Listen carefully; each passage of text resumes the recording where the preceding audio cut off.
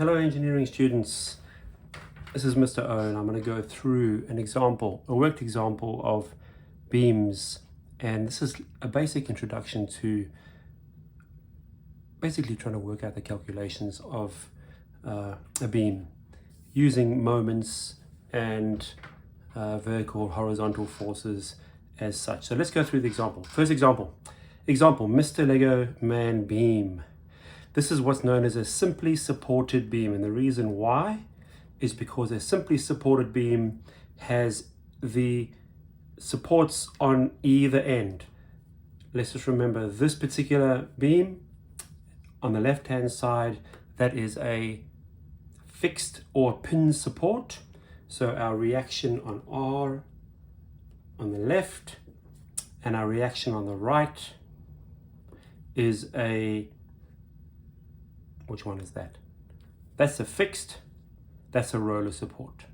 And something we know from the basic introduction of beams is that the left-hand support, the fixed pin support, is going to have two types of possible forces to it. It's going to be supporting that beam both vertically, so there will be a R force that is going to be vertical, and there is also going to be a RL horizontal that we have to find. And on the roller support, there is only going to be a vertical support force that it provides to this beam. So that's going to be the reaction at the right, vertical. Let me just fix something there that I've just done. Instead of just saying the reaction around R, I'm going to cross that out and I'm going to say the force at the right hand side vertical. So it's not the reactional force is going to be two different forces. It's going to be the force on the left hand side vertical and the force of the left hand side horizontal that this particular support is going to provide to this beam. Okay, so I went a little bit overboard there. Let me just get straight back to the beginning. So the question, Mr. Good, here's our little Lego man here. I don't know if you can see from the picture. It's got a fixed support and a roller support. Both the roller support looking like that, or a triangle with little circles underneath. So Mr. Good stands on a beam 3 meters from the pinned end. That's the pinned end. He is 3 meters from the pinned end. The beam length is 5 meters long. So the beam length is 5 meters long from the left hand support to the right hand support. Mr. Good is exerting a force of 15 kilonewtons down. 15 kilonewtons down. Calculate what the reactional forces on each end. Calculate what is, okay, that's, my English needs to be redone there. Using a free body diagram to demonstrate your understanding. Okay, so the first thing we do when we look at the example,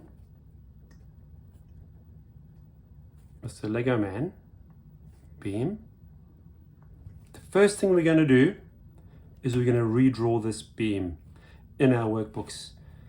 So we got our pin support and we got our roller support.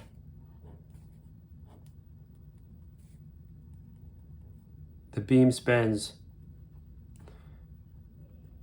to there. Okay, we also know that the beam's length is 5 meters. And we also know that Mr. Good is standing 3 meters from the pinned end. Okay, and he is 15 kilonewtons in downward force. So if Mr. Good is standing on the beam 3 meters from that end, obviously from this end is going to be 5 minus 3. That means from the right hand side he's going to be 2 meters from the end. Again, I'm going to say this is the support left and this is the reactional support on the right. And as I said before, in this area here, we know that at that support, there is going to be a support, a vertical support, and there is going to be, which we're going to try and solve, there's going to be a vertical support force of the left is vertical, and also because it's pinned, it's going to be a horizontal as well. Force left horizontal. So step number 1, redraw the diagram. Now we've got a good understanding of the distances, you've got an understanding of the length of the beam, understanding the forces we're going to be looking for. We're going to be looking for those, and we're going to be looking for those. So next thing, we write down our assumptions. So I've discussed it briefly before. This beam, unless they tell you every single beam is at equilibrium, if every single beam is at equilibrium, then the moments at that point, and the moment at that point, or another way to say this, the moments that are pushing this beam in a clockwise motion and the moments that are causing this beam to rotate in an anti-clockwise motion based on either this point or this point have to equal 0. So the best way to do that is, my assumptions are the sum of my moments on that beam will be 0. Another way to write that, okay, is that the sum of the counterclockwise moments equals the sum of the clockwise moments. We know that this side has got to equal this side, so the sum of the clockwise moments have to equal, put a W in there so it makes sense, clockwise, counterclockwise, sorry, and clockwise, its moments have to equal each other. So if they equal each other and are at equilibrium,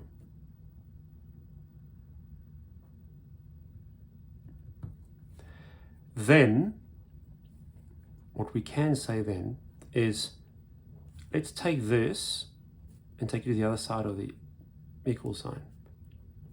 That means that the sum of my clockwise moments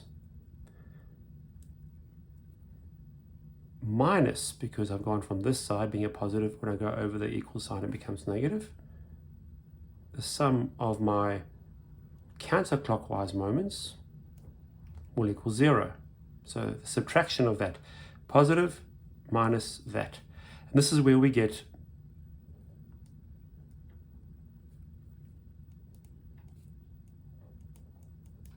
this particular part here, where we say the moments, all the moments to the clockwise side from the point that you're looking at will be positive, and all the counterclockwise moments will be negative. Okay, what we also can say in our assumptions, so these are our assumptions, what we can also say is that if this beam is in equilibrium, all the forces acting downwards should equal all the forces acting upwards. That's because the sum of all the forces, both up and down, have to equal 0. The exact same way that I solved this is then how I now solve the usual way, where I now say, if my forces downwards equal my forces upwards, I can take this to the other side, and my force upwards, which is positive, when my force downwards go to the other side, it becomes a negative. And this is really how I solve that graphical part. All my forces up are positive, all my forces downwards are negative. The same when it comes to horizontal forces. The sum of all my forces horizontal should equal 0. That means all the forces going in my left direction should equal all my forces in my right direction if that beam is to maintain equilibrium. I take this to the other side, force to the right hand side minus force to the left hand side. will give it 0. This again is how we then work out in the positive all my forces to the right and all my forces to the left are negative. Okay, so we've declared our assumptions for this. Now what we want to do is we want to try to solve the reactions in either the right hand support and or the left hand support. So let's, in the usual thing we do is we normally start on the left hand side. So the simplest thing to do to start with, so which is step number 2, is you do moments about the left hand side. And so what that means is what we're going to do is we're going to act like there's a pivot point there and a seesaw, and from that point we're going to work out how to solve for R. So if we do moments around the left hand side, we then work out, we try to solve then what R is, which is actually going to be our vertical force. So what we do is we say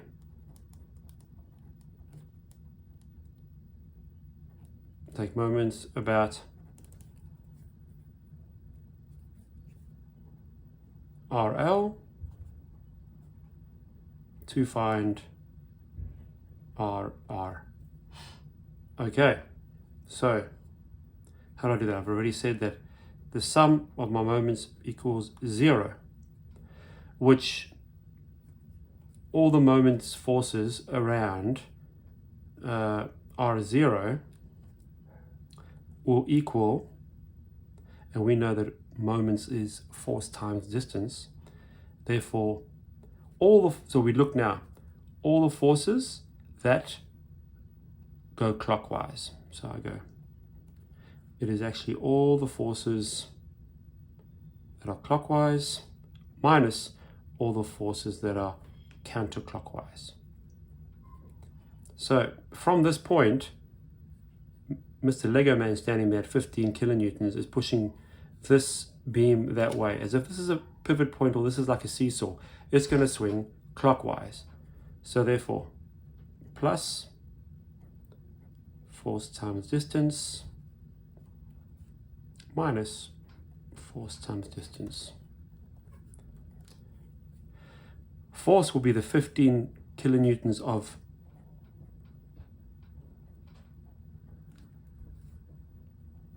Mr. Lego Man, and he is 3 meters from RL, where we're taking our moment around. Are there any other forces go up or down?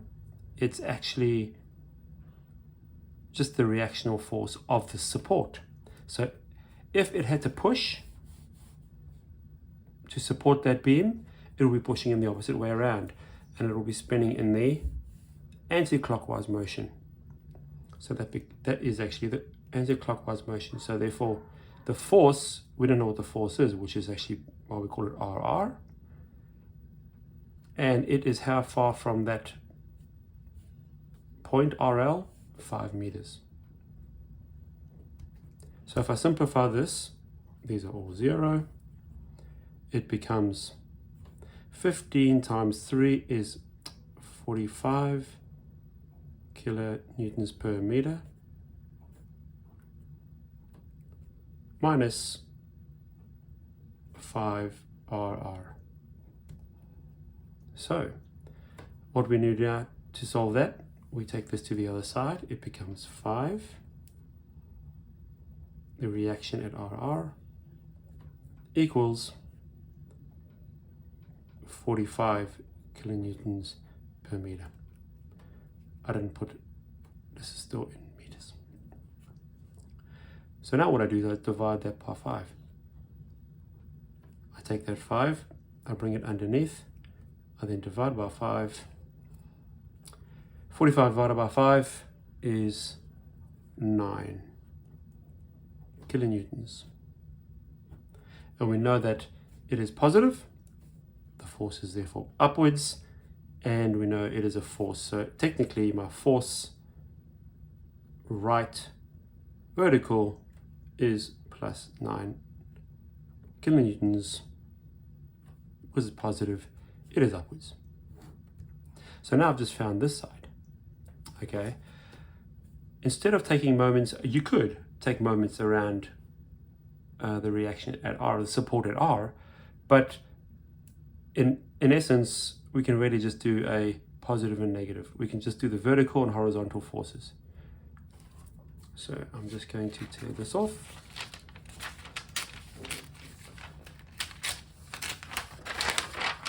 I'll put that there, and I'll do step 3. Step 3 is now I do a forces vertical and forces horizontal calculation to find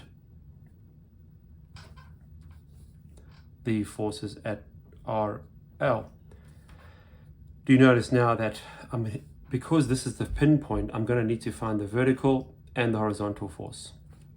So let's just look at this. The sum of the forces vertical will equal 0. Therefore, my forces down equal my forces up.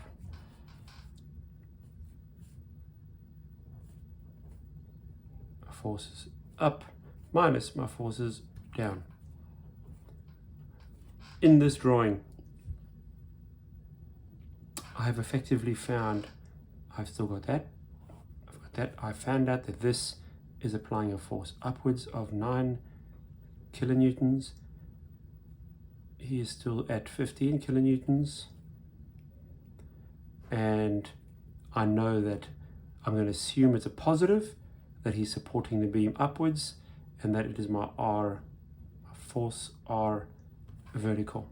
So what I do then is, this is the sum of my forces downwards equal the sum of my forces upwards. So the sum of my forces upwards, I know that that is 9 kilonewtons plus force R vertical minus the downward force, and the downward force is 15 kilonewtons of Mr. Lego Man, Mr. Good. Pretty simply expanded out, that is 9 kilonewtons plus the force RV minus 15 kilonewtons. Those two together is, positive 9 minus 15. Straight away, that would be negative 6 kilonewtons plus,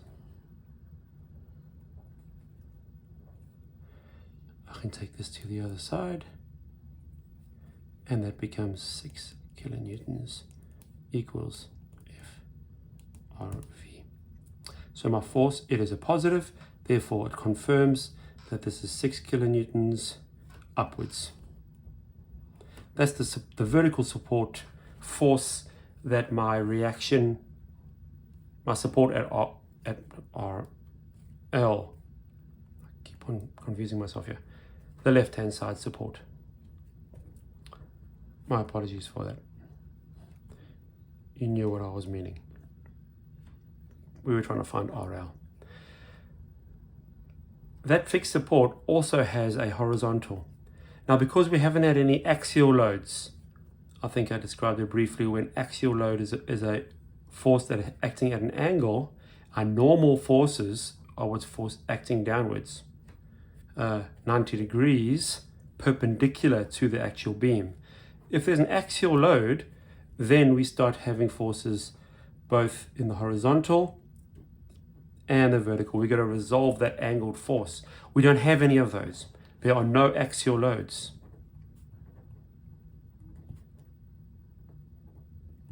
And any of these, there's only perpendicular normal loads. Therefore, my force horizontal is 0.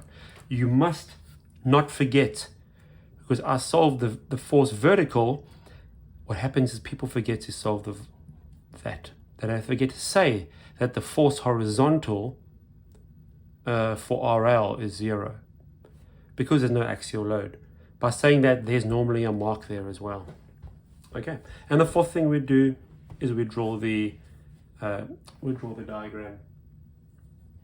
We draw the force diagram, and simply we'd redraw this, but specifically with just the forces.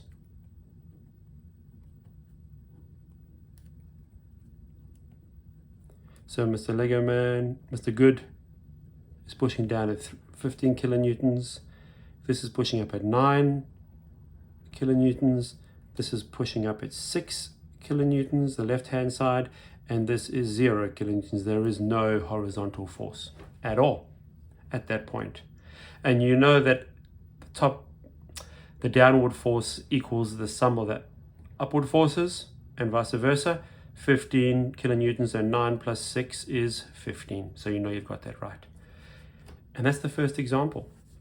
I hope that made sense along the way. We have solved the right-hand side's force vertical. We've solved the left-hand's force vertical, and also the horizontal of the left-hand pin support. This is a roller support. It only has one, and this is a pinned, so it has both. Don't forget that in future calculations. And then this is your force diagram. I hope that helps. Really, really simple process in doing beams. Redraw the drawing. State your assumptions. Do moments around, starting from the left-hand side. When you take the moments from the left-hand side, you're going to be trying to find that side. If you take moments from the right-hand side, you'll be finding out what that is. So you start from the left, find out what everything is clockwise and anti-clockwise, and the distance from it. Then you work out the sum of vertical and horizontal forces. You don't have to do moments again. You can if you want to, instead of doing this. But then this way, what you do is you're actually solving the vertical and the horizontal by the sum of the vertical forces and the sum of the horizontal forces. And then your force diagram, and then you're done. That's it. I hope that makes sense. And I will then get this scanned up and put onto, as a PDF for you if you need it. I hope that helps. Goodbye.